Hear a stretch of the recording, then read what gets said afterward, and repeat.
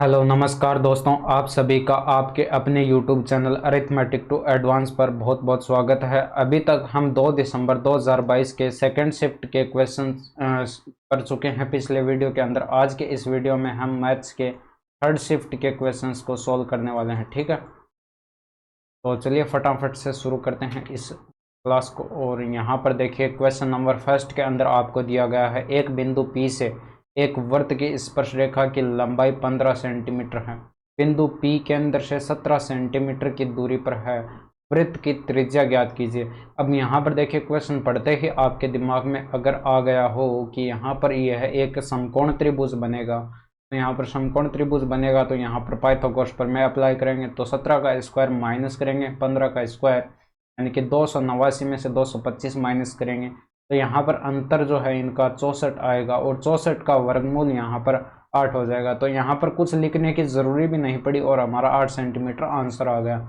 लेकिन यहाँ पर ज़रूरी यह होता है कि आपको सारे कंसेप्ट एकदम अच्छे से क्लियर होने चाहिए। ठीक है, तो चलिए इस क्वेश्चन को मैं लिख कर सॉल्व करा देता हूँ। यहाँ पर मान लीजिए हमारे पास ये है कोई एक वृत्त है, ठीक है, और इस वृत्त का केंद्र हमें O दिया गया है और बाहर स्थित कोई बिंदु P है। इस बिंदु P से इस वृत्त पर कोई एक स्पर्श रेखा खींची गई है, ठीक है, और इस स्पर्श रेखा की लंबाई आपको क्वेश्चन में बता रखी है कि 15 सेंटीमीटर है, ठीक है, और ये बिंदु इस वृत्त को, ये स्पर्श रेखा जो है इस वृत्त को बिंदु Q पर स्पर्श करती है, ये हमने मान लिया।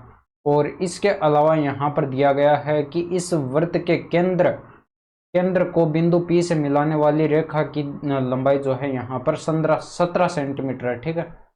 तो यहाँ पर आपसे इस वृत्त की त्रिज्या पूछी गई है, और इस वृत्त की त्रिज्या पूछी गई है तो आपको यहाँ पर पता होगा कि वृत्त की त्रिज्या और स्पर्श रेखा के बीच 90 डिग्री का कोण बनता है। तो ये एक समकोण त्रिभुज बन गया, और यहाँ पर ये समकोण त्रिभुज बनते हैं। यहाँ पर आप पाइथागोरस प्रमेय अप्लाई कर सकते हो, और पाइथागोरस प्रमेय जैसे ही अप्लाई करोगे यहाँ पर OQ की लंबाई आप कैलकुलेट कर सकते हो। OQ का स्क्वायर बराबर हो जाएगा आपके पास 17 का स्क्वायर माइनस 15 का स्क्वायर, और बराबर होगा आपके पास 289 माइनस का 225, और 225 इस 289 में से माइनस करेंगे तो आपके पास आएगा 64, यानी कि OQ की वैल्यू आ जाएगी आपके पास 8 सेंटीमीटर।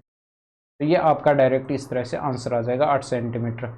इसके बाद हम क्वेश्चन नंबर 2 पर मूव करते हैं। अब देखें यहाँ पर क्वेश्चंस में कई क्वेश्चंस ऐसे होते हैं जिनको मैं दो मेथड से आपको इनको सॉल्व करा देता हूँ। इसके अलावा यहाँ पर क्वेश्चंस के अंदर मैं इनको ज़्यादा डिटेल्स के अंदर जो है एनालिसिस करता हूँ, ताकि वीडियो जो है किसी जिनकी मैथ्स थोड़ी वीक है उनको भी ये वीडियोस आसानी के साथ समझ में आ सके।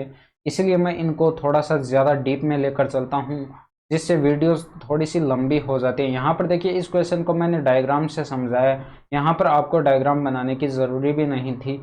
आप सीधे डायरेक्ट पाइथागोरस प्रमेय से यहाँ पर बिना कुछ लिखे इस क्वेश्चन का सॉल्यूशन निकाल सकते थे। इसी तरह से हम क्वेश्चन नंबर सेकंड पर मूव करते हैं। तो यहाँ पर देखिए दो संख्याओं का अंतर हमें दिया गया है 1564 है। बड़ी संख्या को छोटी संख्या से विभाजित करने पर हमें भागफल के रूप में 6 और शेषफल के रूप में 19 प्राप्त होता है। छोटी संख्या क्या है ये आपको कैलकुलेट करके बताना। तो यहाँ पर इस क्वेश्चन को कैसे कैलकुलेट करेंगे, मान लीजिए हमारे पास वो दो संख्याएं A और B हैं, ठीक है।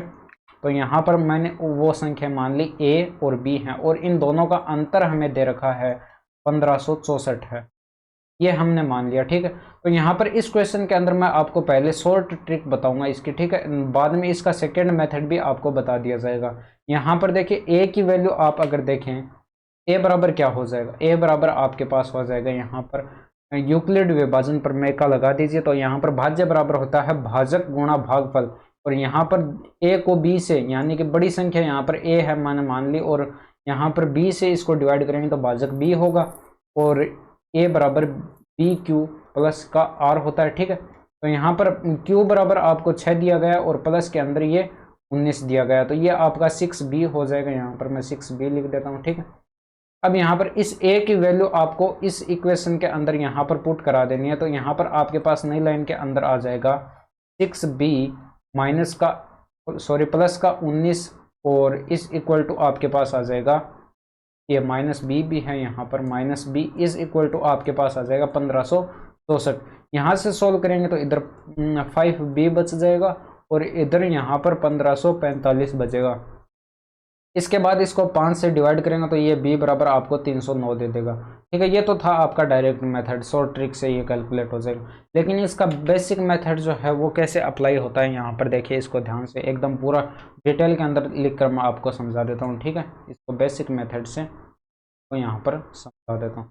तो यहाँ पर देखिए, ये a मैंने कोई संख्या मान ली, ये मैंने a कोई संख्या मान ली और इसमें से मैंने b को घटाया, तो यहाँ पर देखिए 1564 है। ठीक है, 64 बच गया। यहाँ पर a को मैंने बड़ा माना है और b हमारे पास छोटा है। तो बड़ी संख्या को छोटी संख्या से डिवाइड करने पर हमें भागफल के रूप में, यानी कि क्यूशिएंट जो है हमारा q है 6 प्राप्त होता है। इसके अलावा शेषफल r बराबर, यानी कि शेषफल रिमाइंडर बराबर आपके पास 19 दिया गया है। तो यहाँ पर यूक्लिड विभाजन प्रमेय का अगर आप लगाएंगे तो यहाँ पर a बराबर क्या होता है, पी क्यू प्लस आर, यानी कि भाजक इंटू भागफल प्लस शेषफल होता है। तो यहाँ पर a की वैल्यू हम रखेंगे, इससे a की वैल्यू हमारे पास आ जाएगी a बराबर 1564 और प्लस का b आ जाएगा। अब इस a की वैल्यू हम इस इक्वेशन के अंदर पुट कर दें तो अब भी हमारे पास आंसर आ जाएगा। तो यहाँ पर देखिए, इस इक्वेशन के अंदर आप वैल्यू पुट करा दीजिए, तो यहाँ पर ये 1564 आएगा और प्लस का b आएगा, इस इक्वल टू आपके पास यहाँ पर q की वैल्यू 6 रखेंगे, 6b आ जाएगा और प्लस के अंदर 19 आ जाएगा। फिर से वही कंसेप्ट, यहाँ पर b इधर आएगा, 5b बच जाएगा, ये 19 इधर जाकर माइनस होगा, इधर 1545 बचेगा। यानी कि ये आपके पास b बराबर आप पास 5 से डिवाइड करेंगे तो ये 309 आपके पास ये भी आ जाएगा। ठीक है, तो इस तरह से आप इस क्वेश्चन को भी सोल्व कर सकते हैं। इसके बाद यहाँ पर एक लंब वर्ताकार बेलन की त्रिज्या उसकी ऊंचाई की 5 गुना, यदि बेलन की ऊंचाई 3.5 सेंटीमीटर है तो बेलन का आयतन आपको कैलकुलेट करना है। तो यहाँ पर देखिए, यहाँ पर एक आपको सिलेंडर दिया गया है, बेलन दिया गया है। ठीक है, इस बेलन की त्रिज्या आपको बताई गई है, इसकी हाइट की 5 गुना है, इसकी हाइट की 5 गुना है। यदि मैं यहाँ पर इसकी हाइट मान लीजिए h ऊंचाई मान लेता हूँ, मान लीजिए इसकी हाइट जो है h है। ठीक है, हाइट इसकी h है, तो इसकी त्रिज्या r जो है वो क्या हो जाएगी, इसकी त्रिज्या r बराबर हो जाएगी 5h, यानी कि हाइट की 5 गुना। और क्वेश्चन के अंदर आपको बता दिया गया है कि इसकी हाइट आपको 3.5 सेंटीमीटर दे रखी है। तो इसका देखिए, यहाँ पर 5 गुना करा दीजिए, 3.5 का 5 गुना, तो यहाँ पर 3.5 का 5 गुना कराएंगे तो ये 35/2 आएगा, ये आधा हो जाएगा, यानी कि r बराबर आपके पास आ जाएगा 17.5 सेंटीमीटर। तो यहाँ पर आपको इस सिलेंडर का जो है आयतन कैलकुलेट करना है और आयतन का फॉर्मूला होता है पाई r स्क्वायर h। तो यहाँ पर पाई की वैल्यू रखेंगे 22/7 इंटू में r स्क्वायर, तो यहाँ पर r 17.5 और इंटू में फिर से 17.5 और फिर इंटू में 3.5 हाइट आ जाएगी। ठीक है, तो अब इसको सॉल्व करेंगे तो यहाँ से दशमलव हटाएंगे सभी जगह से, तो बट्टे के अंदर 10 आएगा, सभी के अंदर यहाँ भी 10 आएगा, यहाँ भी 10 आएगा, और ये 7 से कैंसिल हो जाएगा 35 कितनी बार, 5 बार, ये 5 से 10 कैंसिल हो जाएगा कितनी बार, 2 बार, और इसके अलावा ये 10 मिलकर 100 बनाएंगे, 25 तो क्या होता है हमारे पास 100, और ये 25 संता हो जाएगा हमारे पास 75।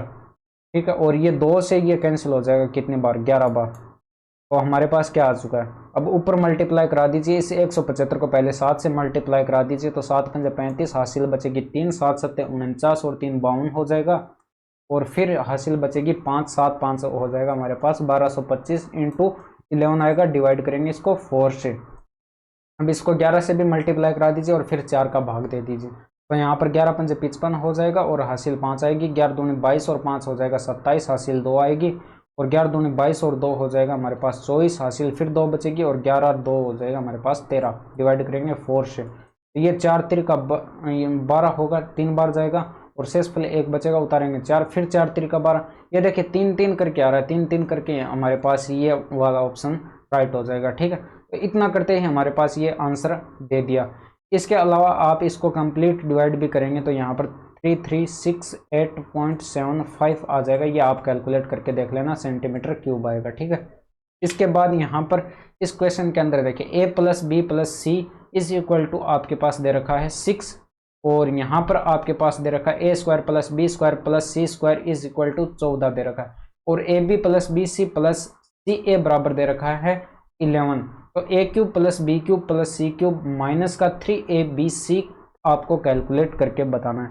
तो यहाँ पर एक फॉर्मूला होता है, यहाँ पर ए क्यूब प्लस का बी क्यूब प्लस का सी क्यूब माइनस का 3abc इज इक्वल टू आपके पास हो जाएगा ए प्लस बी प्लस सी, और इनटू के अंदर आएगा ब्रैकेट के अंदर ए स्क्वायर प्लस का बी स्क्वायर प्लस का सी स्क्वायर, और माइनस के अंदर आएगा आपके पास ए बी प्लस का बी सी और प्लस का सी ए। ठीक है, तो यहाँ पर ब्रैकेट बंद और ये बड़ी ब्रैकेट बंद, ये आपके पास यहाँ पर फॉर्मूला होता है। तो यहाँ पर आप वैल्यू अगर पुट कराएंगे तो ए प्लस बी प्लस सी आपके क्वेश्चन के अंदर दे रखा है यहाँ पर 6, तो 6 रख दीजिए A plus B plus C की जगह। A square plus B square plus C square आपके पास दे रखा है यहाँ पर 14, यहाँ पर 14 रख दीजिए, माइनस ये दे रखा है आपको 11, तो ये 11 आ गया, और यहाँ पर 6 गुणे 3 बचेगा और 6 3 का 18 होता है, तो ये आपके पास 18 राइट आंसर हो जाएगा। इसके बाद नेक्स्ट क्वेश्चन देखें, यहाँ पर घड़ी की 2 सेंटीमीटर लंबी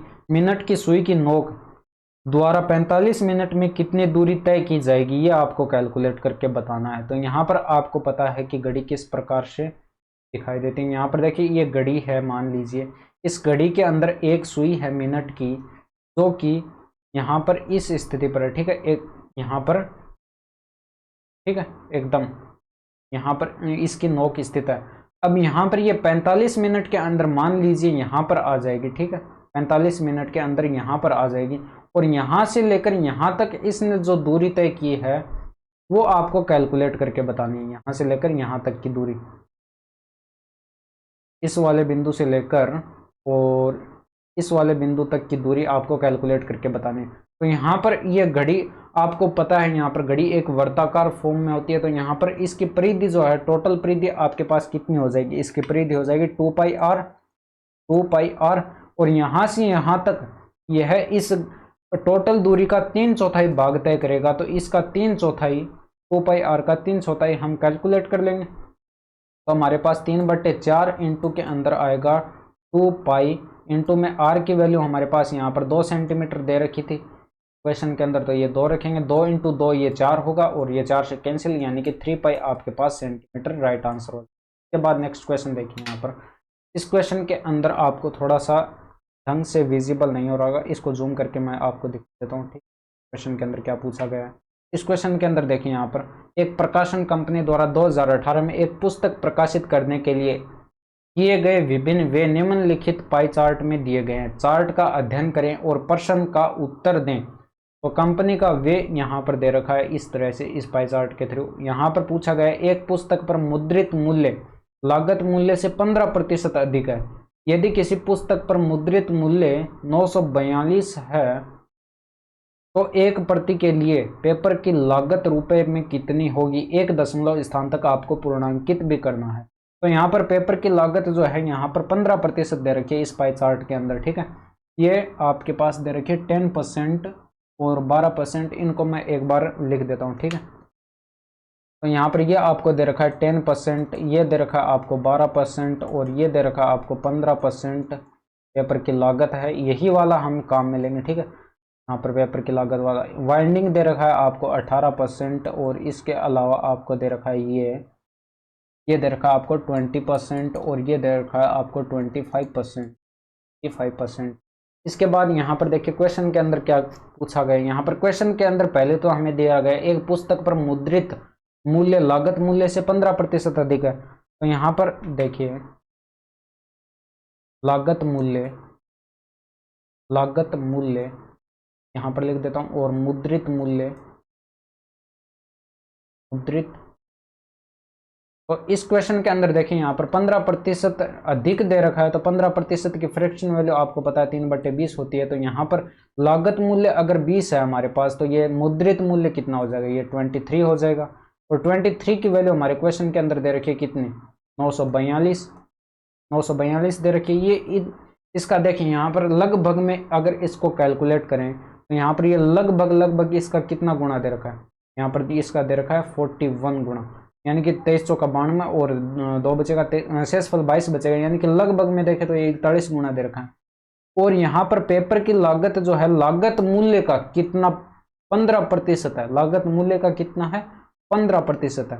तो इसका 15% अगर हम यहाँ पर कैलकुलेट करें, 20 का 15%, इसका 15% 3 हो जाएगा। और 3 को अगर हम मल्टीप्लाई करें, 3 को अगर हम मल्टीप्लाई करें, यहाँ पर ये डाटा 41 गुना दे रखा था, तो 41 से 3 को गुणा करेंगे तो यहाँ पर देखिए ये 3 4 त्रिका 12, 123 आ जाएगा। तो 123 के लगभग में आपको जो डाटा दे रखी है वो आपका आंसर यहाँ पर हो जाएगा, क्योंकि हमने यहाँ पर लगभग यहाँ पर वैल्यू इसका कैलकुलेट की है, ठीक है। इसके बाद यहाँ पर नेक्स्ट मेथड, यहाँ पर देखिए अगर आपको प्रॉपर 122.9 ही आंसर चाहिए तो वो आप कैसे लाएंगे। देखिए यहाँ पर आपके पास यहाँ पर थी लागत मूल्य, और यहाँ पर थी मुद्रित मूल्य, ठीक है। ये आपके पास 20 थी और ये आपके पास 23 हो गई थी। 23 की वैल्यू आपके क्वेश्चन में दी गई थी 942, और इसका 15% आपको यहाँ पर, इसका 15% हो जाएगा आपके पास 3, 20 का 15% कैलकुलेट कर लीजिए, यहाँ पर 3 होगा और यहाँ पर 3 होगा। तो यहाँ पर देखिए ये 23 दे रखा है, 23 यूनिट की 942 रुपये, यहाँ पर 23 यूनिट की वैल्यू यहाँ पर 942 दे रखी है। तो यहाँ पर 1 यूनिट की वैल्यू कितनी हो जाएगी, यहाँ पर 1 यूनिट की वैल्यू हो जाएगी आपके पास 942 डिवाइडेड बाई 23। तो अब आपको इस 3 को मल्टीप्लाई कराना है किससे, अब आपको इस 3 को मल्टीप्लाई कराना है, 3 को मल्टीप्लाई कराना है इससे, 942 डिवाइडेड बाय 23। ये आपके पास आंसर कैलकुलेट करना एकदम एक्यूरेट, यहाँ पर 122.9 आ जाएगा, ठीक है। इसको आप पहले 3 से मल्टीप्लाई करा लीजिए, फिर 23 से डिवाइड कराएंगे तो 122.9 आएगा। ये आपके लिए छोड़ दें, ठीक है। तो इसके बाद यहाँ पर निम्नलिखित को सरल कीजिए। यहाँ पर देखिए, यहाँ पर मान लीजिए a बराबर आपके पास है 762, a बराबर आपके पास 762 और b बराबर मान लीजिए आपके पास है 316। अब a और b यहाँ पर इन वैल्यूज की जगह a और b रख दीजिए, तो ये आपके पास कितना दे देगा। ऊपर देखिए यहाँ पर a क्यूब आपको नजर आ रहा होगा, a गुणा a गुणा a गुणा, यानी कि 3 बार गुणा है तो a क्यूब और प्लस b क्यूब, ऊपर a cube plus b cube बन रहा है, और नीचे यहाँ पर a स्क्वायर बनेगा और माइनस का ए बी बनेगा और प्लस का बी स्क्वायर बनेगा। तो यहाँ पर ऊपर ए क्यूब प्लस बी क्यूब का अगर फॉर्मूला लगाएं तो यहाँ पर ए प्लस बी होगा, और इनटू के अंदर हमारे पास आएगा ए स्क्वायर माइनस का ए बी और प्लस का बी स्क्वायर, और डिवाइड करेंगे इसको ए स्क्वायर माइनस का ए बी और प्लस का बी स्क्वायर। तो यहाँ पर ये सेम है तो ये इस वाले ब्रैकेट से कैंसिल हो जाएगा, बचेगा हमारे पास ए प्लस बी, और इनकी वैल्यू रखेंगे 762 और प्लस का 316, तो इनको ऐड करा लीजिए, आपके पास 1078 आ जाएगा, ठीक है। इसके बाद नेक्स्ट क्वेश्चन देखिए यहाँ पर, यदि दो समरूप त्रिभुजों की संगत भुजाओं का अनुपात √3:√2 है तो दोनों त्रिभुजों के क्षेत्रफल का अनुपात क्या है। तो यहाँ पर 3:2, मुझे तो यहाँ पर डायरेक्ट आंसर दिख रहा है, लेकिन अगर आपको यहाँ पर कंसेप्ट मालूम नहीं है तो आपको भी नहीं यहाँ पर पता चलेगा कि 3:2 आंसर कैसे आएगा। यहाँ पर अगर आपको कंसेप्ट यहाँ पर पता है तो आप डायरेक्ट कैलकुलेट कर सकते हैं। तो यहाँ पर उस कंसेप्ट को मैं यहाँ पर बता देता हूँ, ठीक है, थोड़ा सा एक्सप्लेन कर देता हूँ उस कंसेप्ट को। यहाँ पर मान लीजिए हमारे पास 2 त्रिभुज हैं, ठीक है, ये 2 त्रिभुज हैं पास। ये पहला त्रिभुज हमारे पास ए बी और सी है, दूसरा त्रिभुज हमारे पास डी ई और एफ है। तो फर्स्ट कंडीशन जो है इनकी, ये दोनों त्रिभुज जो हैं ए बी सी, ये त्रिभुज ए बी सी है वो समरूप होना चाहिए त्रिभुज किसके, डी ई एफ के, ये दोनों त्रिभुज आपस में समरूप होने चाहिए, तभी ये वाली कंडीशन जो मैं अब बता रहा हूँ वो इन पर लागू होगी, ठीक है, वो शर्त इन पर लागू होगी। तो इन दोनों त्रिभुजों के क्षेत्रफल का अनुपात जो है, area of triangle A B C upon area of triangle D E F, इन दोनों त्रिभुजों के क्षेत्रफल का अनुपात इनकी संगत भुजाओं के अनुपात के वर्ग के बराबर होता है। तो यहाँ पर ए बी भुजा है, इसकी संगत भुजा यहाँ पर डी ई भुजा है, तो यहाँ पर ए बी का अनुपात कैलकुलेट करेंगे डी ई के साथ और इसका पूरे का स्क्वायर करेंगे, तो ये आपस में बराबर होंगे, ठीक है। तो त्रिभुजों के क्षेत्रफलों का अनुपात इनके संगत भुजाओं के अनुपात के वर्ग के बराबर होता है। इसी तरह से ये B C upon, B C की संगत भुजा ई एफ है तो B C upon E F का होल स्क्वायर भी इसके बराबर होगा। इसी तरह से यहाँ पर ए सी या फिर सी ए लिख दो, ए सी अपॉन इसके संगत भुजा यहाँ पर डी एफ है, तो इन दोनों भुजाओं का अनुपात का वर्ग इसके बराबर होगा। ठीक है, तो यही कंसेप्ट यहाँ पर अप्लाई हो रहा है। यहाँ पर √3 और √2 हमारे पास भुजा दी गई है। ठीक है, तो मान लीजिए हमारे पास √3 ये थी और √2 ये थी, तो A B upon D E यहाँ पर √3 अपॉन √2 होगा, लेकिन इसका स्क्वायर बराबर होगा। ठीक है, इस दोनों त्रिभुजों के क्षेत्रफल। अब यहाँ पर देखिए इसका स्क्वायर करेंगे तो यहाँ पर 3 हो जाएगा और ये 2 हो जाएगा, तो 3:2 आपका राइट आंसर होगा। इसके बाद इस क्वेश्चन को देखें, 100 मीटर की दौड़ में ए बी को 20 मीटर से हराता है और बी सी को 20 मीटर से हराता है, ए सी को कितनी दूरी से हराता है। तो इस क्वेश्चन को यहाँ पर ध्यान से देखिए, इस तरह का एक क्वेश्चन मैं पहले भी सोल्व करा चुका हूँ आपको। यहाँ पर देखिए, मान लीजिए ये कोई बिंदु है जहाँ से ये दौड़ना स्टार्ट करते हैं। ठीक है, और यहाँ तक ये 100 मीटर का पथ जो है खत्म हो जाता है। अब ए जो है यहाँ पर 100 मीटर कंप्लीट कर लेगा अपनी रेस, ए जो है वो 100 मीटर दौड़ लेगा, लेकिन तब यह बी को 20 मीटर से हराता है, तो 20 मीटर पीछे होगा बी। तो यहाँ पर मान लीजिए बी है 80 मीटर पर, 100 में से 20 माइनस करेंगे तो 80 मीटर पर बी होगा, लेकिन यहाँ पर बी जो है सी को हराता है 20 मीटर से, लेकिन अब आप यहाँ पर 80 में से 20 घटाएंगे तो यहाँ पर सी की वैल्यू कितनी आएगी, 60 आएगी, जो कि गलत होगा। इस तरह से आपको नहीं करना है। देखिए, इसका कहने का मतलब यहाँ पर यह है कि बी जब 100 मीटर की रेस कंप्लीट करेगा, यहाँ पर ए की जगह बी पहुंच जाएगा, बी अब 100 मीटर कंप्लीट कर लेगा रेस, तब इसको सी को हराता है कितने मीटर से, 20 मीटर से, तब हराता है ये सी को। ठीक है, तो इस तरह से आप इसको कैलकुलेट करेंगे। इनको मैं अलग कलर से लिख देता हूँ बहुत ज़रा। तो यहाँ पर ये सी पहुंच जाएगा और ये 80 मीटर पहुंचेगा। ठीक है, तो यहाँ पर अब आप देखें तो इस क्वेश्चन के अंदर यहाँ पर अगर अब आप कैलकुलेट कर लें, यहाँ पर देखिए ये मान लीजिए सी है और ये x मीटर था जब ए कितने मीटर पर था, 100 मीटर पर। अब आपको पता चल जाए कि ये x मीटर की वैल्यू कितनी है, यहाँ पर x को कैलकुलेट कर लें तो 100 में से x को माइनस करेंगे तो आपके पास आ जाएगा कि ए सी को कितने मीटर से हराएगा। इस तरह से आप कैलकुलेट कर सकते हैं। तो यहाँ पर देखिए ये सी x मीटर पर था, x मीटर पर था जब यहाँ पर b कितने पर था, 80 मीटर पर था। और दूसरी कंडीशन में जब b हमारे पास 100 मीटर पर था तो हमारे पास c कितने पर था, 80 मीटर पर था, 80 मीटर पर था c, जब हमारे पास b था कितने पर, 100 मीटर पर। ये दोनों वैल्यू आपस में बराबर होंगे। तो यहाँ पर देखिए ये एक 0 से एक 0 काट दीजिए, ये एक 0 से इस एक 0 से काट दीजिए, 8 8 64, x बराबर आ जाएगा हमारे पास 64। तो यहाँ पर x की वैल्यू हमारे पास आ चुकी है 64। अब यहाँ पर a जो है वो c को कितने मीटर से हराता है, ये आपको कैलकुलेट करना है। तो कैसे कैलकुलेट करेंगे, a जो है वो c को कितने मीटर से हराता है वो अगर आपको कैलकुलेट करना है, तो a था 100 पर और ये 64 मीटर दौड़ चुका था, तो 64 घटा दीजिए, ये 36 मीटर आपके पास आ जाएगा, यानी कि 36 मीटर से ये इसको हराएगा। इसके बाद नेक्स्ट क्वेश्चन देखिए, यहाँ पर दी गई तालिका का अध्ययन करें, नीचे दिए गए प्रश्न का उत्तर दें। स्कूल सी में जीव विज्ञान का चयन करने वाले महिला छात्रों और पुरुष छात्रों की संख्या के बीच अंतर कैलकुलेट करना है। तो यहाँ पर ये स्कूल का नाम दे रखा है आपको ABCD, आपको यहाँ पर सी स्कूल में डाटा देखना है। ठीक है, सी स्कूल के अंदर आपको डाटा देखना। नामांकित छात्रों की कुल संख्या दे रखी है, तो ये 1000 दे रखी है। नामांकित छात्रों का प्रतिशत जीव विज्ञान का चयन करने वाले, तो 24%, 1000 का 24% छात्र जो है वो जीव विज्ञान को सिलेक्ट करते हैं। जीव विज्ञान का चयन करने वाले पुरुष और महिला छात्रों का अनुपात यहाँ पर दे रखा है, तो सी स्कूल के अंदर 1:2 दे रखा है। ठीक है, तो यहाँ पर बाकी डाटा को आपको देखना ही नहीं है, जहां पर आपको कुछ पूछा जाए क्वेश्चन के अंदर उसी को देखना है यहाँ पर।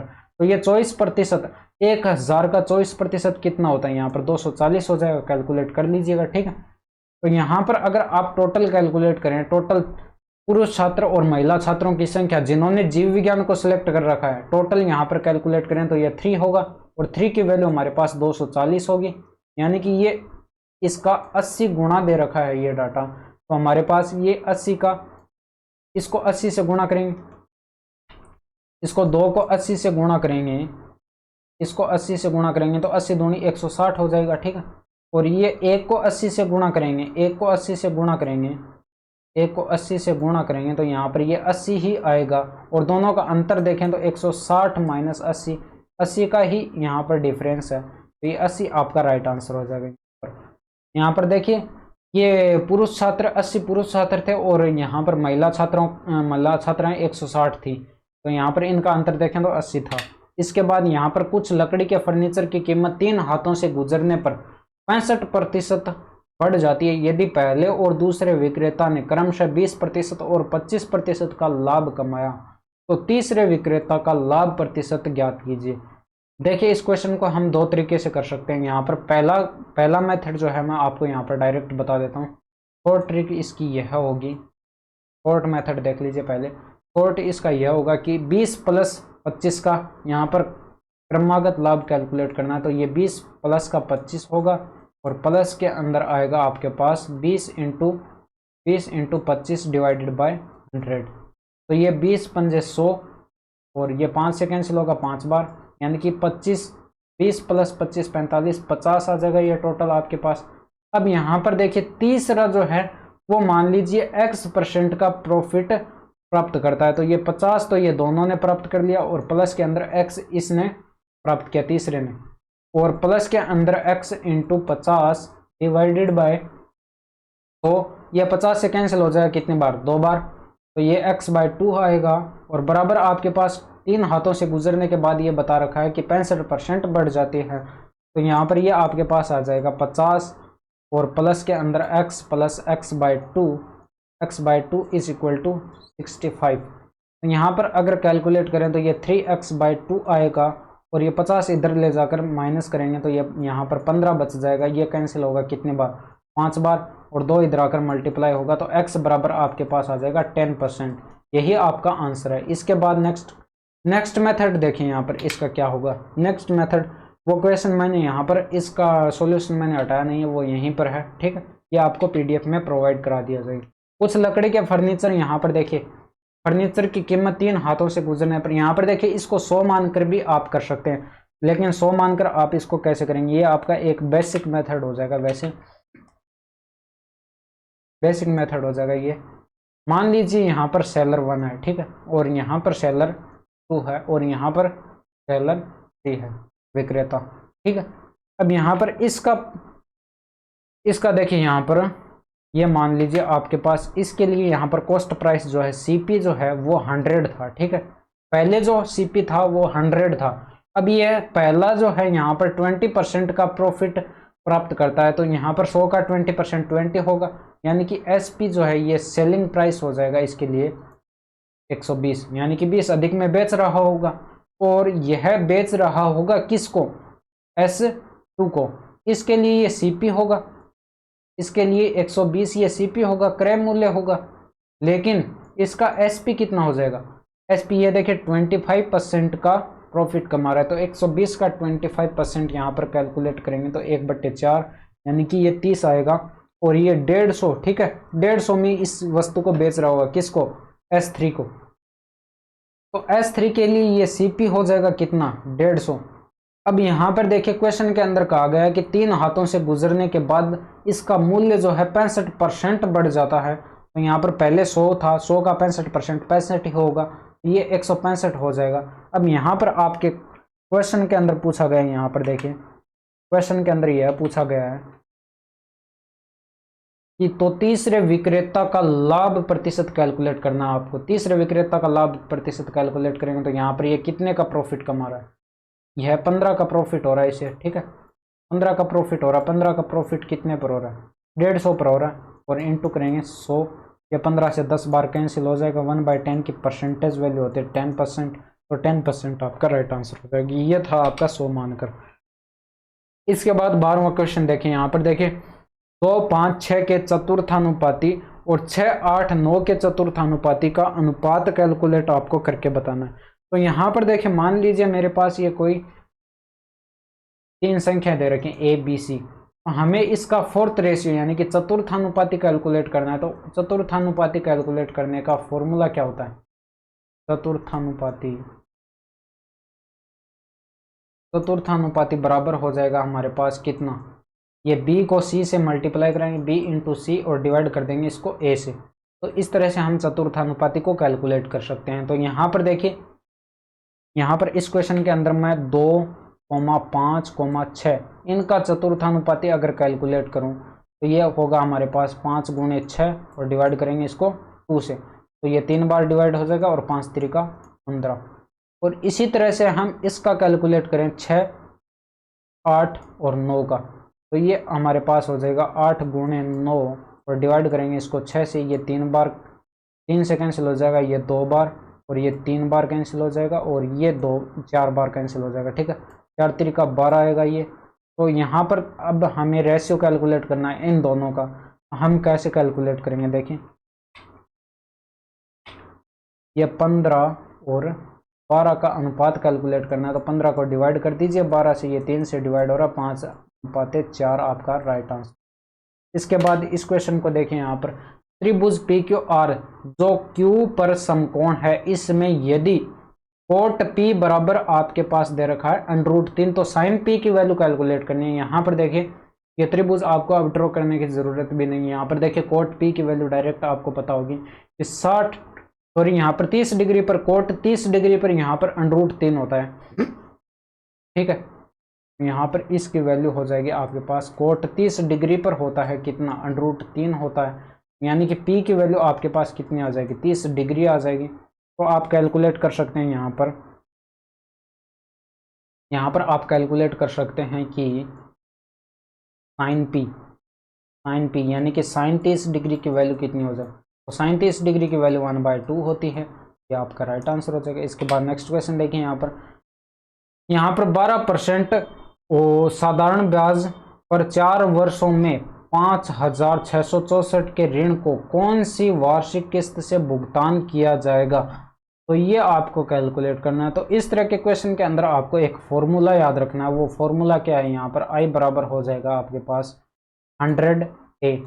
यहाँ पर A अमाउंट है जो कि आपके क्वेश्चन के अंदर दे रखा है 5,664, ये बाद में मैं लिख दूंगा नीचे। ठीक है, यहाँ पर ये आएगा 100T, T यहाँ पर समय है और यहाँ पर ये आएगा रेट ऑफ इंटरेस्ट R और इनटू में T आएगा और इनटू में T-1 आएगा और डिवाइड करेंगे इसको 2 से।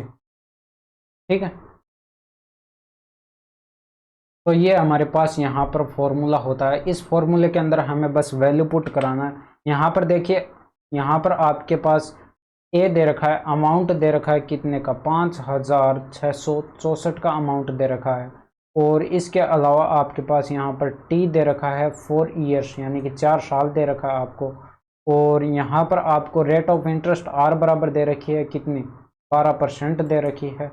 बस इनकी वैल्यू पुट करा दीजिए और इसको सोल्व कीजिए। तो यहाँ पर देखिए ऊपर ए की वैल्यू रखेंगे तो ये आपके पास आ जाएगा 5, 6, 6, 4 और आगे 2 0 लगा दीजिए और बटे के अंदर यहाँ पर इसको मल्टीप्लाई कराएंगे 4 से तो ये 400 आएगा और प्लस के अंदर आर की वैल्यू यहाँ पर 12 रखेंगे, इंटू के अंदर टी की वैल्यू हम रखेंगे 4 और 4 - 1 इंटू में यहाँ पर 3 आ जाएगा और बटे के अंदर 2, तो ये 2 से इसको काटेंगे, ये 2 बार कट जाएगा, 3 दूनी का 6 आएगा और 12 6 72, 472 आएगा बटे के अंदर। तो ये हमारे पास आ जाएगा 5 6 6 4 0 0 और बटे के अंदर 472 आएगा। और यहाँ पर अब आप इसको यहाँ पर 8 से कट रहा है तो इसको 8 से काट दीजिए, तो 8 से काटने के बाद यहाँ पर क्या बचेगा, बटे के अंदर आएगा, यहाँ पर 8 से काटेंगे तो 5 8 40, 5 आएगा और फिर 9 8 72,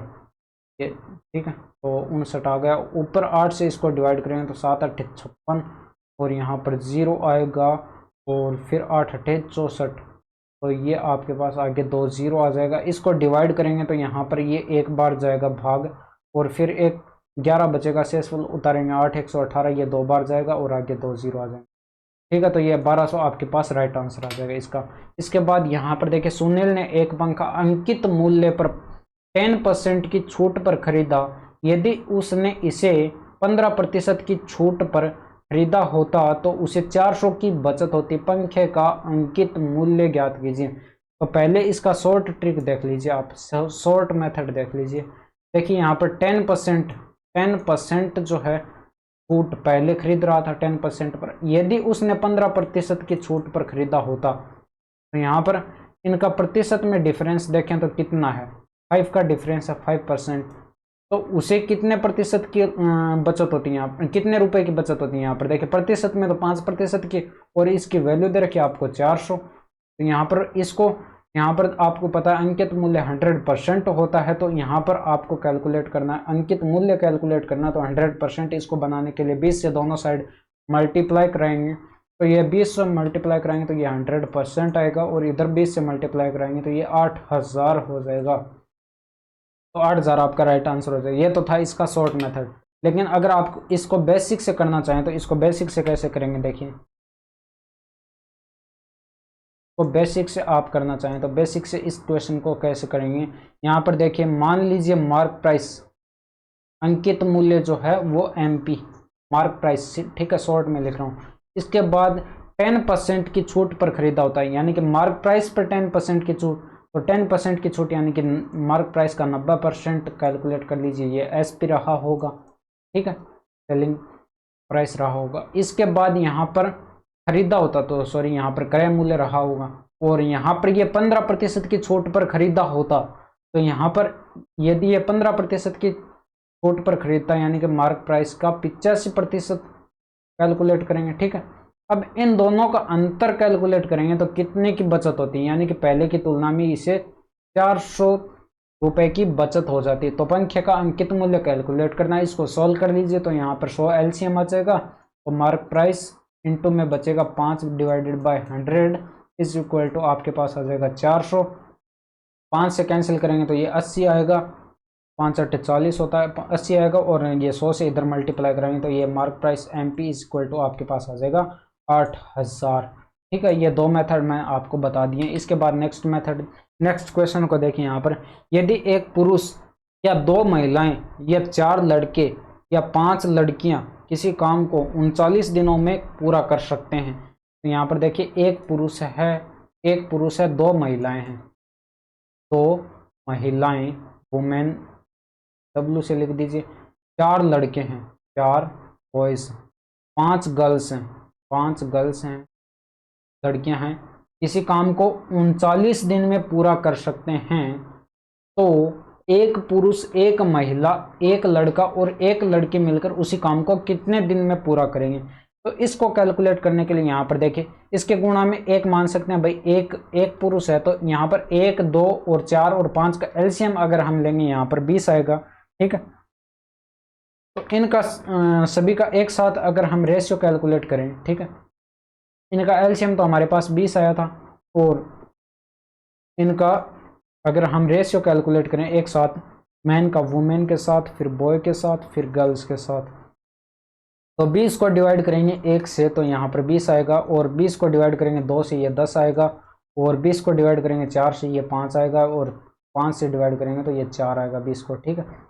ये यहाँ पर 1 2 4 1 2 4 5 का LCM कैलकुलेट किया हमने, ठीक है, LCM।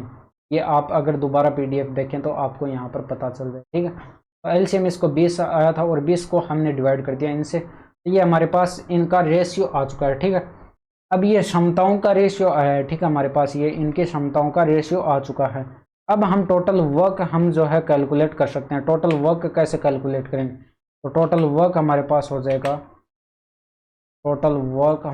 जाएगा, किसी भी एफिशिएंसी रख दीजिए। यहाँ पर देखें, एक मैन, अगर मैं यहाँ पर मैन से निकालूं तो एक आदमी 39 दिन में काम पूरा कर सकता है, तो एक आदमी की यहाँ पर क्षमता कितनी है, 20 है, इंटू करेंगे 39, तो ये आपके पास आ जाएगा कितना, ये होगा आपके पास 78, आगे एक 0 लगा दीजिए, 780 यूनिट जो है टोटल वर्क हो जाएगा आपके पास।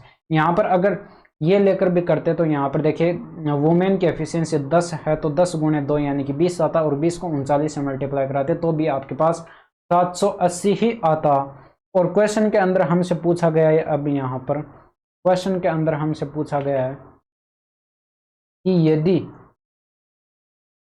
दूसरा कलर सेलेक्ट कर लेता हूँ, यदि यहाँ पर देखिए एक मैन काम करे और एक वुमेन, एक बॉयज एंड एक गर्ल्स काम करें, तो ये मान लीजिए हमने मान लिया इसको टी दिन में ख़त्म कर लेते हैं काम। टोटल वर्क हमारा 780 यूनिट था।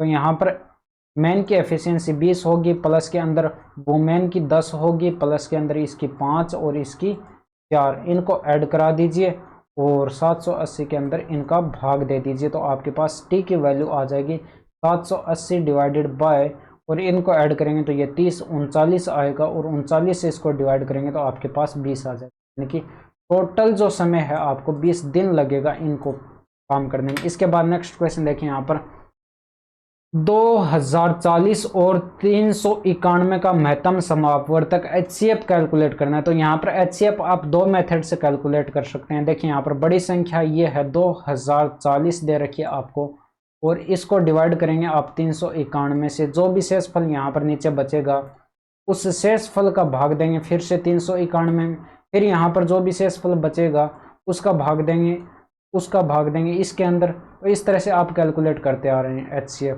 और बेसिक मेथड जो है यही होता है HCF कैलकुलेट करने का, आपने पढ़ाई होगा। और लेकिन मैं यहाँ पर एक जो ट्रिक अप्लाई करता हूँ वो उसी ट्रिक से मैं यहाँ पर कैलकुलेट करके आपको दिखाऊंगा। ये आपको दे रखा है कितना, 2040 दे रखा है, और दूसरी संख्या आपको दे रखी है 391।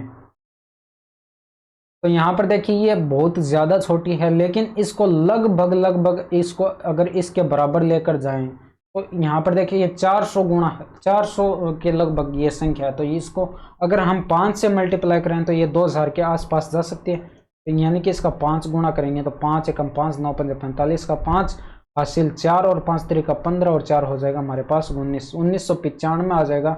अब यहाँ पर देखिए इन दोनों का हमें अंतर कैलकुलेट करना है, 1955 और 2040 का, इन दोनों का क्या करना है, अंतर कैलकुलेट करना है हमें। अंतर हम यहाँ पर देखें तो हमें 85 का यहाँ पर अंतर दिखाई दे रहा होगा, 45 का यहाँ पर, 40 का यहाँ पर। तो यहाँ पर 85 का अंतर आपको दिखाई पड़ रहा होगा। तो या तो 85 इसका HCF होगा इन दोनों संख्याओं का, लेकिन 85 अगर ऑप्शन के अंदर नहीं है तो यहाँ पर 85 ना होकर इसका ही कोई फैक्टर होगा। तो 17 गुणे और 5 इसका अगर फैक्टर करें तो 17 गुणे 5, इन दोनों में से 17 मैच कर रहा है तो 17 आपका आंसर हो जाएगा। इसके बाद यहाँ पर एक समबाहु त्रिभुज की भुजा 24 सेंटीमीटर है। इस समबाहु त्रिभुज के अंतःवर्त की त्रिज्या आपको कैलकुलेट करनी। तो यहाँ पर एक समबाहु त्रिभुज दिया गया है, ठीक है। इस समबाहु त्रिभुज के अंदर कोई एक वर्त है, ठीक है, अंतःवर्त। अब इस वर्त की आपको त्रिज्या कैलकुलेट करके बतानी है। अंतःवर्त की त्रिज्या का फॉर्मूला जो है वो होता है ए, अगर इस त्रिभुज के समबाहु त्रिभुज की भुजा है तो यहाँ पर इसका फॉर्मूला होता है radius r is equal to आपके पास होता है a/2√3। अब यहाँ पर देखिए a इसकी भुजा है, भुजा हमें दे रखी है 24 सेंटीमीटर। तो बराबर हम कैलकुलेट करें तो 24 ऊपर आएगा और बट्टे के अंदर आएगा 2√3। ये 2 से कैंसिल हो जाएगा कितनी बार, 12 बार। तो ये 12/√3 आएगा, और 12/√3 आपका ये 4 गुणे 3 लिख सकते हैं, यानी कि 4√3 आपके पास आंसर आ जाएगा। ये ऑप्शन के अंदर दिया भी नहीं गया, ठीक है। तो ये क्वेश्चन आपका, क्वेश्चन के अंदर आपके ऑप्शन गलत दे रखे हैं इस क्वेश्चन के अंदर, ठीक है। क्वेश्चन के अंदर ये ऑप्शन गलत दे रखे हैं। इसके बाद नेक्स्ट क्वेश्चन देखिए यहाँ पर 36 मीटर लंबाई, 18 मीटर चौड़ाई और 9 मीटर ऊंचाई वाले एक घनाभ को पिघलाकर एक घन में बदल दिया जाता है। घन के विकर्ण की लंबाई ज्ञात कीजिए। तो यहाँ पर देखिए घन के विकर्ण की लंबाई आपको कैलकुलेट करके बतानी। तो देखिए घन आपको इस तरह से दिखाई देता होगा, यहाँ पर घन एक बना देता, और इस घन का विकर्ण आपको कैलकुलेट करना है। तो यहाँ पर घन का विकर्ण क्या होता है, यहाँ पर देखिए इस वाले कोने को इस वाले कोने से अगर मिलाएं तो ये जो रेखा होगी यही इस घन का विकर्ण होगा। तो यहाँ पर विकर्ण कैलकुलेट करने का फॉर्मूला होता है, विकर्ण कैलकुलेट करने का फॉर्मूला होता है √3a। तो यहाँ पर देखिए अगर a इस घन की भुजा, इस घन की भुजा a की वैल्यू हम कैलकुलेट कर लें। देखिए यहाँ पर ये थोड़ा सा क्वेश्चन थोड़ा सा कैलकुलेटिव है, लेकिन उतना भी ज़्यादा हार्ड है नहीं ये क्वेश्चन। यहाँ पर देखिए ये एक घनाभ दे रखा है। अब घनाभ का आयतन इस घन के आयतन के बराबर होना चाहिए। तो घनाभ का आयतन हमें पता है LBH होता है, और ये बराबर हो जाएगा हमारे पास किसके, इस घन के आयतन के बराबर हो जाएगा। तो यहाँ पर लंबाई दे रखी है आपको 36 और गुणे आपको ये दे रखा है 18 और गुणा आपको दे रखा है 9 और इज इक्वल टू आपके पास हो जाएगा a का क्यूब। अब देखिए इस कैलकुलेशन को अगर आप इन सभी को मल्टीप्लाई करा लेते हैं तो फिर इनका घनमूल निकालना आपके लिए कठिन हो जाएगा। लेकिन यहाँ पर इस 18 को आप 6 गुणे 3 लिख सकते हैं। 18 को क्या लिख सकते हैं, 6 गुणे 3 लिख सकते हैं। 6 की मल्टीप्लाई कराएंगे 36 के अंदर तो ये आपके पास हो जाएगा कितना, 36 गुणे 6 हो जाएगा आपके पास 216 और गुणा आपके पास ये हो जाएगा 9 तिरिका 27। ठीक है, टुकड़ों में डिवाइड करके इन दोनों से गुणा करा दीजिए और बराबर a क्यूब। अब यहाँ से a क्यूब की वैल्यू कैलकुलेट करनी है तो a का क्यूब अगर हटाएंगे तो बराबर वालों का घनमूल होगा। तो 216 का घनमूल होता है हमारे पास 6 और 27 का हो जाएगा 3 तो 6 तिरिका 18। यहाँ पर a की वैल्यू हमारे पास आ चुकी है 18, यानी कि इस घन की भुजा जो है हमारे पास a की वैल्यू कितनी आ चुकी है, 18 आ चुकी है। a बराबर, अब a बराबर 18 आ चुकी है तो विकर्ण हम कैलकुलेट कर सकते हैं 18√3। 18√3 हमारा राइट आंसर होता है। इसके बाद नेक्स्ट क्वेश्चन देखिए यहाँ पर, निम्न तालिका 6 अलग अलग वर्षों के दौरान 5 अलग अलग कंपनियों में शामिल होने वाले वितरण भागीदारों हजारों में संख्या दर्शाती है। 2017-2021 तक पिंत्रा, यहाँ पर अगर आपको डाटा थोड़ा सा विजिबल नहीं हो रहा है तो यहाँ पर देखें 2017-2021 तक पिंत्रा में शामिल होने वाले डिलीवरी भागीदारों की संख्या में प्रतिशत वृद्धि आपको कैलकुलेट करनी है। तो ये 2017 और 2021 का आपको डाटा देखना है। तो 2017 के अंदर 5.6 और 2021 के अंदर आपको 7.2 दे रखा है। तो यहाँ पर ये 2017 और 2020 इनका डाटा देखना 5.6 और ये दे रखा है आपको 7.2। यहाँ पर अगर देखें तो ये आपके पास डाटा दे रखा है लगभग क्या 1.6, ये अधिक दे रखा है। 1.6 की वृद्धि हुई है 5.6 पर और इंटू करेंगे 100 में। ये प्रतिशत वृद्धि आपको कैलकुलेट करनी है तो पॉइंट से पॉइंट कट जाएगा और 4 से ऊपर नीचे काटेंगे तो यहाँ पर 4 चौके 16 और यहाँ पर 13 चौके 52 होता है और सॉरी यहाँ पर 14 4 56 होता है। तो 4 से काटेंगे तो 14 बार कटेगा और ये 100 आएगा। फिर 2 से यहाँ पर फिर से कैंसिल होगा तो ये 2/7 आएगा और गुणे 100 आएगा।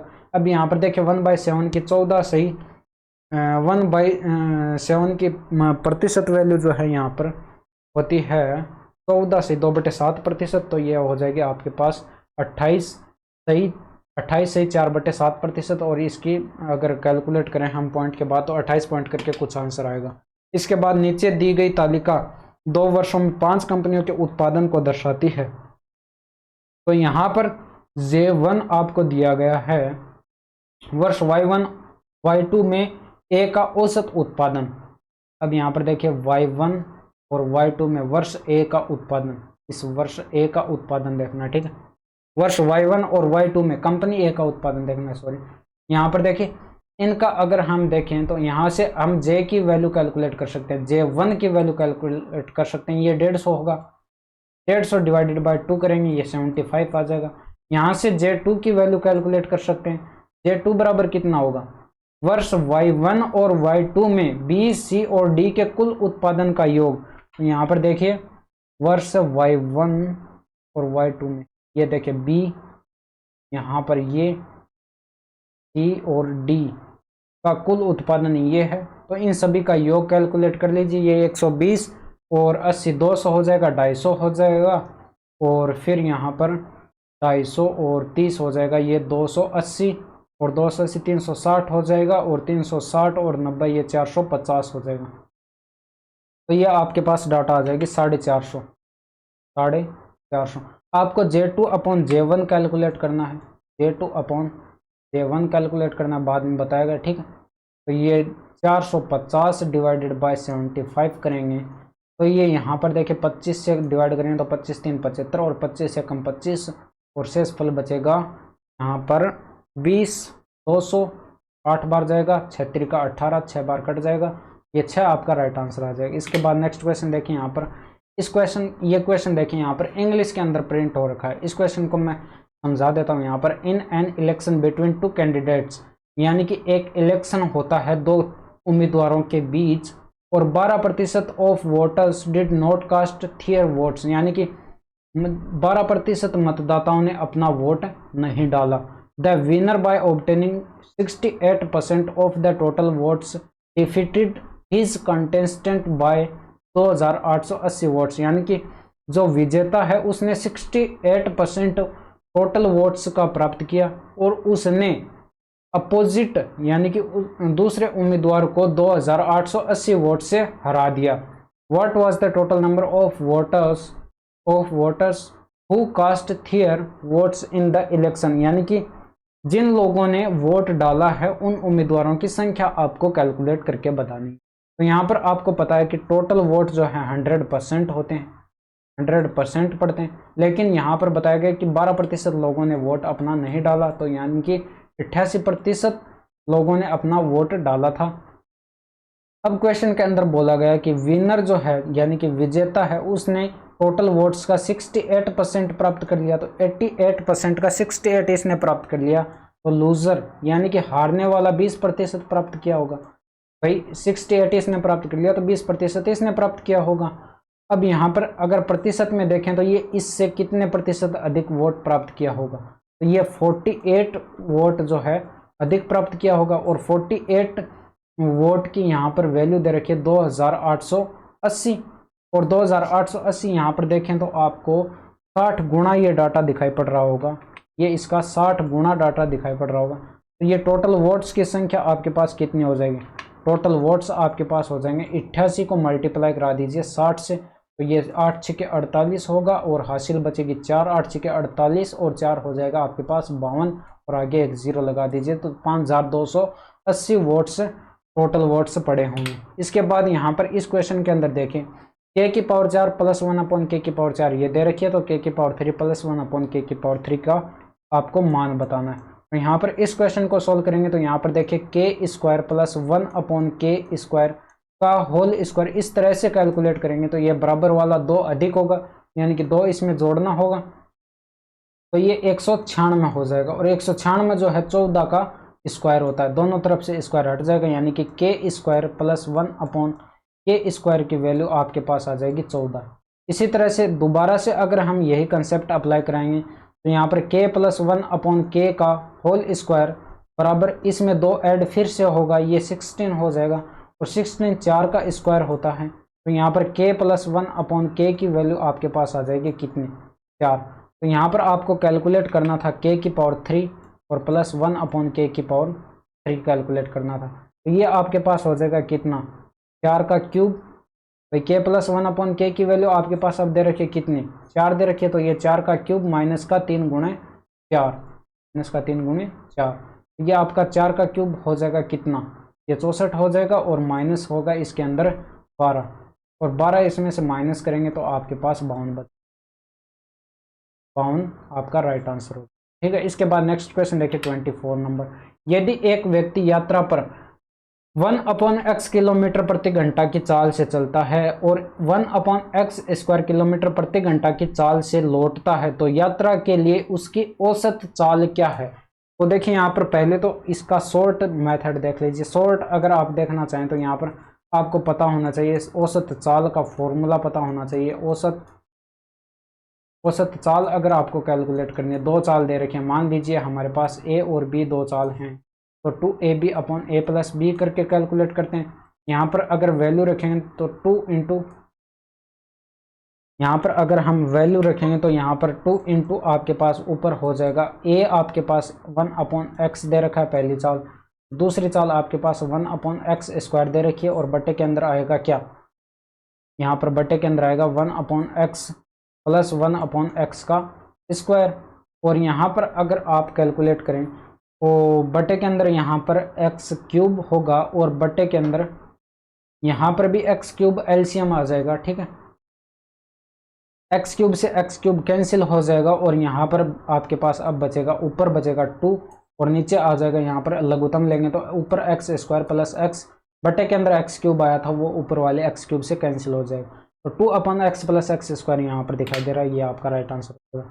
इसी का सेकंड मेथड भी आप देख सकते हैं। इसका बेसिक अगर आपको पता हो तो यहाँ पर बेसिक से अगर इस क्वेश्चन को सॉल्व करेंगे तो कैसे करेंगे वो देखिए। यहाँ पर आपको औसत चाल का फॉर्मूला अगर पता है, औसत चाल बराबर होता है हमारे पास कुल दूरी बटा कुल समय, कुल दूरी बटा कुल समय।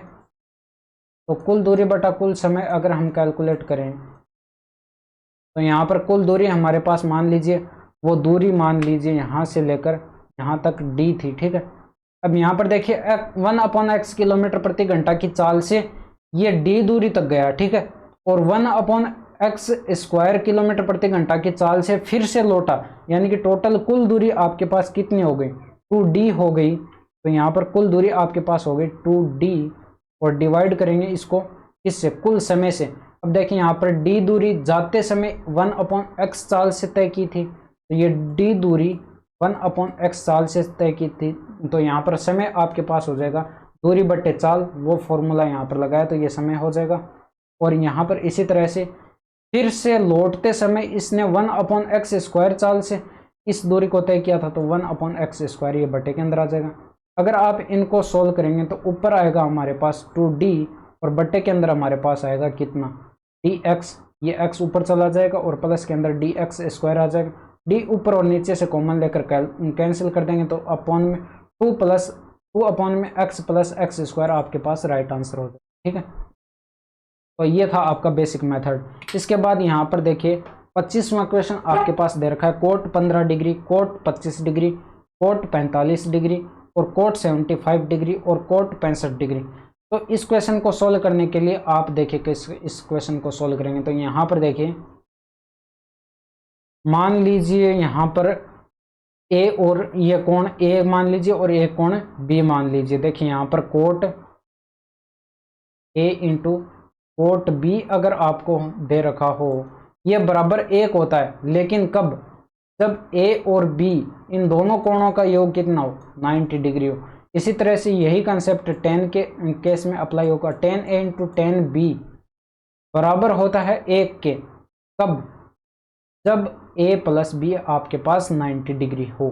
तो यहाँ पर देखिए, यहाँ पर इस क्वेश्चन के अंदर देखेंगे तो ये कोट 15 डिग्री है, ठीक है, 15 डिग्री, और ये 75 डिग्री, तो ये 90 डिग्री हो गया। Cot A into cot B का कंसेप्ट कंप्लीट हो गया, तो ये 1 बना देगा, ठीक है।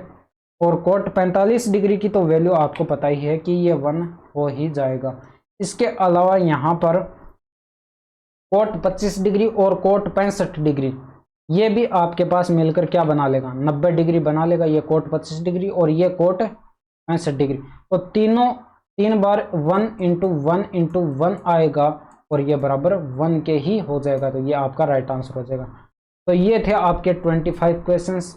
इसके बाद यहाँ पर आपकी क्लास यहीं पर ख़त्म हो जाती है। कैसी लगी आपको ये वीडियो? अगर वीडियो पसंद आई हो तो वीडियोस को लाइक कीजिएगा, चैनल को सब्सक्राइब कीजिएगा, और अपने दोस्तों के साथ भी शेयर कीजिएगा। That's all for today. Thank you, धन्यवाद, बाय बाय, टेक केयर।